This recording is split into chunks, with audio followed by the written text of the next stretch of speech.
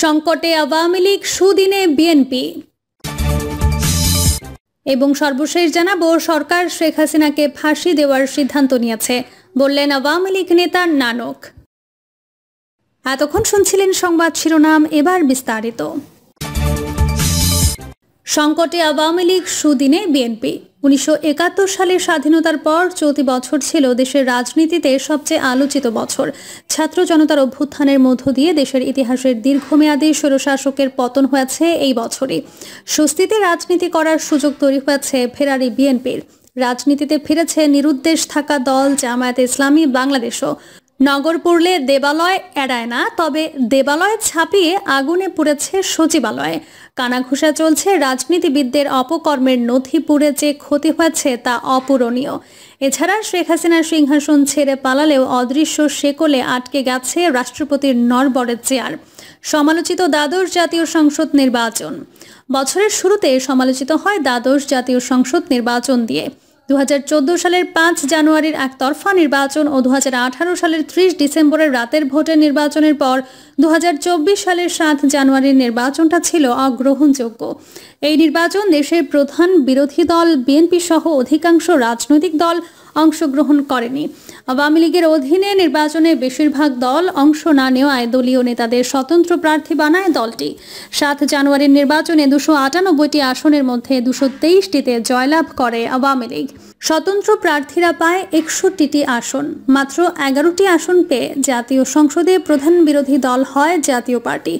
দ্বাদশ জাতীয় সংসদ নির্বাচনকে একতরফা ও ডামি নির্বাচন আখ্যায়িত করে বাতিলের দাবিতে চলমান আন্দোলন অব্যাহত রাখে বিএনপি।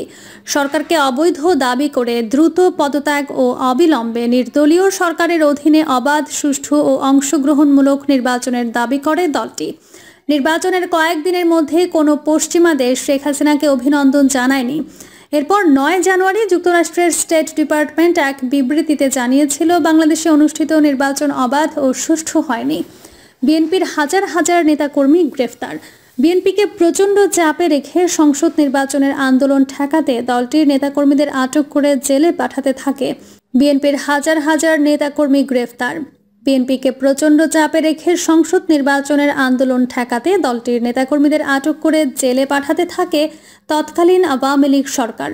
পরিস্থিতি এমন পর্যায়ে পৌঁছায় যে দেশের কারাগারগুলোতে বিএনপি ও সমমনা দলগুলোর নেতাকর্মীদের জায়গা হচ্ছিল না।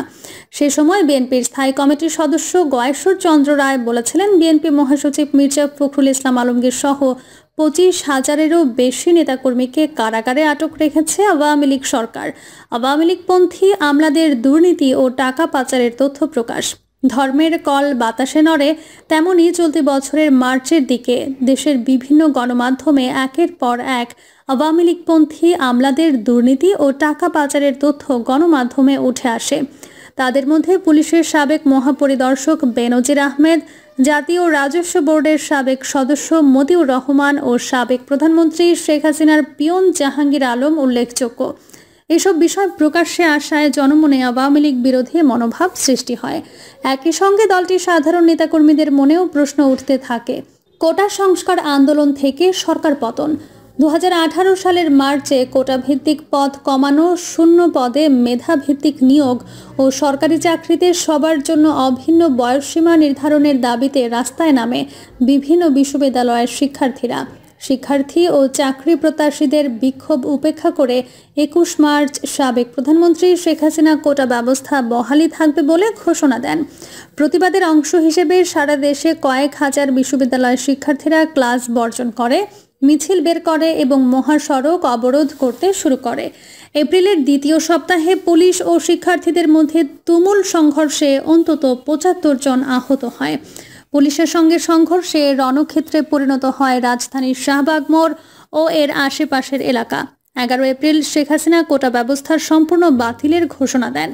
এরপর 3 অক্টোবর সরকারের মন্ত্রিসভার সরকারি চাকরিতে নবম থেকে 13তম গ্রেডে প্রথম ও দ্বিতীয় শ্রেণীর চাকরি বলে পরিচিত নিয়োগের ক্ষেত্রে কোটা ব্যবস্থা বাতিল করে প্রজ্ঞাপন জারি করে।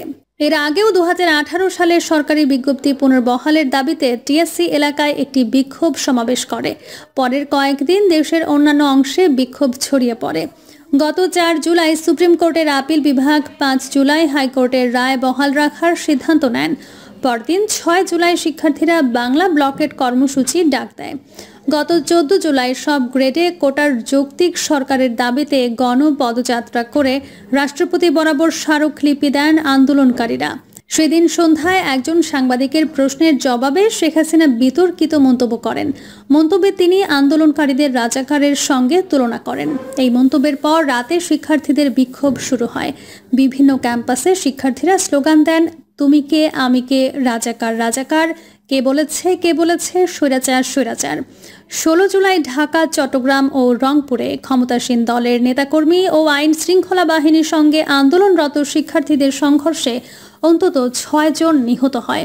সব বিশ্ববিদ্যালয়, কলেজ ও মাধ্যমিক বিদ্যালয় অনির্দিষ্টকালের জন্য বন্ধ ঘোষণা করা হয় এবং শিক্ষার্থীদের হল খালি করতে বলা হয়েছে। রংপুরে বেগম রোকেয়া বিশ্ববিদ্যালয়ে নিরস্ত্র শিক্ষার্থী আবু সাইদকে পুলিশ গুলি করে হত্যা করে। এই ঘটনার একটি ভিডিও ইন্টারনেটে ছড়িয়ে পড়ে। 18 জুলাই ব্র্যাক ইউনিভার্সিটি সহ কয়েকটি বেসরকারি বিশ্ববিদ্যালয় ক্যাম্পাসে পুলিশ ও ছাত্রলীগের নেতাকর্মীরা শিক্ষার্থীদের ওপর হামলা চালায়। 19টি জেলায় সংঘর্ষের ফলে সহিংসতায় কমপক্ষে 29 জন নিহত হয়। অনির্দিষ্টকালের জন্য মেট্রো রেল চলাচল বন্ধ করা হয়।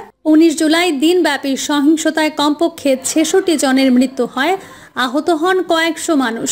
এদিনই বৈষম্য বিরোধী ছাত্র আন্দোলনের সমন্বয়করা 9 দফা দাবি ঘোষণা করেন, যার মধ্যে ছিল শেখ হাসিনাকে ক্ষমা চাইতে হবে, কয়েকজন মন্ত্রী ও বিশ্ববিদ্যালয়ের ভিসিদের পদত্যাগ করতে হবে, হামলায় জড়িত ছাত্রলীগ ও পুলিশ সদস্যদের শাস্তি দিতে হবে, ক্ষতিগ্রস্তদের ক্ষতিপূরণ ও আন্দোলনকারীদের আইনি সুরক্ষা দিতে হবে।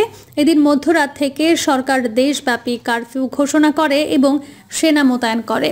20 জুলাই কারফিউয়ের প্রথম দিনে অন্তত 21 জন নিহত হয়েছেন।